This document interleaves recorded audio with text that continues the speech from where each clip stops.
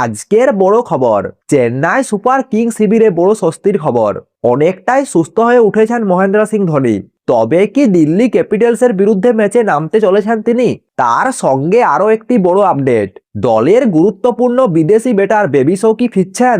সব জানাবো আজকের এই ভিডিওতে, তাই ভিডিওটি শেষ পর্যন্ত দেখুন।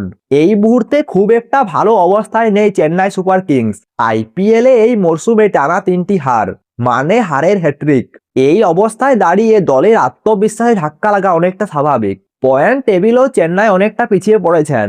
এখন পরিস্থিতি এমন যে পরের ম্যাচে জয় না পেলে প্লে অফে ওঠার রাস্তা শুরুতেই কঠিন হয়ে যেতে পারে। আর সামনে যে দলটা রয়েছে তারা কিন্তু ফর্মে, দিল্লি ক্যাপিটালস। তাই এই ম্যাচ চেন্নাইয়ের জন্য ডু অর ডাই বলাই যায়।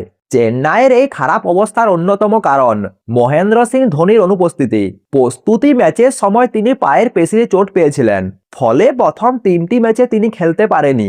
যদিও তাকে দেখা গিয়েছিল অনুশীলনে, কিন্তু তিনি ম্যাচের দিন মাঠে নামেনি। দল তাকে সম্পূর্ণ সুস্থ হওয়ার জন্য সময় দিয়েছে। পাঞ্জাব কিংসের বিরুদ্ধে ম্যাচের আগে অনুশীলনে ব্যাট হাতে ধোনি দীর্ঘ সময় কাটান। তাকে দেখে মনেই হয়নি চোট তার খুব বেশি সমস্যা করেছে। এটাই এখন চেন্নাইয়ের জন্য সব থেকে বড় পজিটিভ সিগন্যাল। তবে এখনো একটা বড় ধাপ বাকি। রিপোর্ট অনুযায়ী মাঠে নামার আগে ধোনিকে দিতে হবে ফিটনেস পরীক্ষা। ভারতীয় ক্রিকেট বোর্ডের নিয়ম অনুযায়ী চোট থেকে ফিরে আসার পর কোনো খেলোয়াড় ফিটনেস টেস্ট পাস না করলে তাকে খেলতে দেওয়া হবে না। তবে যেভাবে ধোনিকে অনুশীলনে দেখা গেছে, তাতে মনে করা হচ্ছে এই পরীক্ষায় পাস করতে তার খুব একটা সমস্যা হবে না। 11 এপ্রিল দিল্লি ক্যাপিটালসের বিরুদ্ধে ম্যাচেই ধোনিকে মাঠে দেখা যেতে পারে। শুধু ধোনি নয়, আরও একটি ভালো খবর রয়েছে চেন্নাই শিবিরে। দলের গুরুত্বপূর্ণ বিদেশি ব্যাটার বেবি শো চোট সরিয়ে মাঠে ফিরছেন। প্রস্তুতি শিবিরে তার পেশিতে টান ধরেছিল, তাই গুয়াহাটি এবং বেঙ্গালুরে দলের সঙ্গে গেলেও তিনি খেলতে পারেনি। চেন্নাই ম্যানেজমেন্ট তাকে 100% ফিট না হওয়া পর্যন্ত খেলাচ্ছে না। এখন দিল্লির ম্যাচের আগে প্রায় 4 দিন সময় রয়েছে। এই সময়ের মধ্যে বেবিস পুরোপুরি ফিট হয়ে যাবেন বলে আশা করা হচ্ছে। চেন্নাইয়ের কোচ নিজেও এই বিষয়ে আশাবাদী। আমাদের আশা পরের ম্যাচে বেবিসকে পাওয়া যাবে।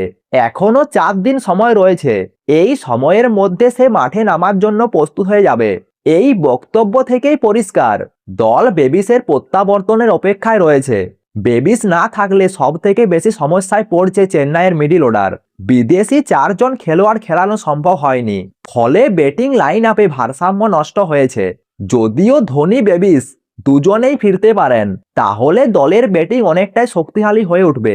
মিডল অর্ডারে স্থিরতা আসবে আর ফিনিশিং এর দায়িত্ব ভালোভাবে সামলানো যাবে। এই ম্যাচ থেকেই চেন্নাই ঘুরে দাঁড়াতে পারে, এটাই এখন সমর্থকদের আশা।